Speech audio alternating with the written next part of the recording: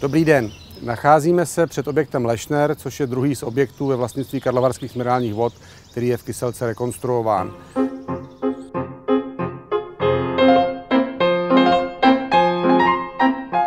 Právě na tomto objektu byla dokončena nejtěžší fáze, a to je rekonstrukce vrchního dřevěného podlaží, kde jak nosné trámy, tak jednotlivé příčky jsou celodřevěné a jsou provázány s konstrukcemi vně objektu.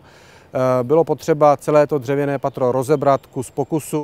Jak vidíte, není zde žádná těžká technika, to znamená, vzhledem k přístupnosti objektu to ani není možné a je to práce opravdu velmi náročná fyzická, kdy tesaři musí každý jednotlivý trám dostat do té výšky vlastní silou a samostatně ho usadit. Vidíme názorně původní a nové trámy. Ty původní trámy jsou tmavší barvy, jak vidíme, zde jsou konkrétně všechny pečlivě očíslovány, tak, aby to všechno do sebe pasovalo tak, jak má. Tyhle ty trámy v podstatě s určitým osedláním, nebo řekneme ozdobama, byly vytvořeny jako nové prvky.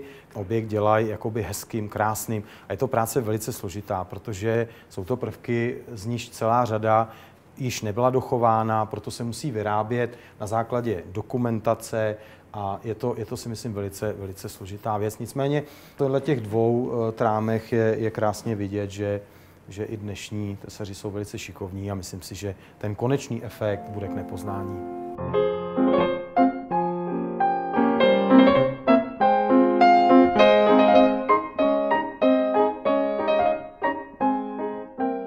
Udělají se příčky, udělají se podlahy v podstatě a sestoupíme, osadí se teda samozřejmě venkovní otvory, to znamená okna, dveře, dokončí se venkovní balkón. Následně po dokončení této vrchní části potom přistoupíme k rekonstrukci vnitřní části, samozřejmě, kde budou obnoveny příčky a budou vyhotoveny jednotlivé prostory pro muzeum Matony, které v tomto objektu vznikne.